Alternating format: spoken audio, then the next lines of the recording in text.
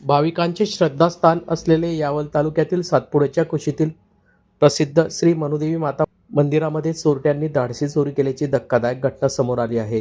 चोरट्यांनी मंदिराच्या गाभाऱ्यात प्रवेश करून मनुदेवी माता मंदिरात व रेणुका मातेच्या मूर्तीवरील 1,35,000 रुपये मूल्याचे चांदीचे मुकुट आणि छत्र्या लांबवल्या आहेत।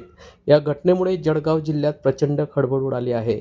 मिळालेल्या माहितीनुसार अज्ञात चोरट्यांनी मंदिराच्या मुख्य चॅनल गेटचे तसेच गाभाऱ्यातील लाकडी दरवाजाचे कडी-कोंडे तोडून मंदिरात अनधिकृत प्रवेश केला। गाभाऱ्यात प्रवेश केल्यानंतर चोरट्याने माताच्या मूर्तीवरील दागिन्यांवर हात साफ केले। या प्रकरणी यावल पोलिसात गुन्हा दाखल करण्यात आला असून अज्ञात चोरट्यांचा यावल पोलीस शोध घेत आहे। या संदर्भातली माहिती 8 ऑगस्ट रोजी दुपारी 4 वाजता माध्यमांना प्राप्त झाली आहे।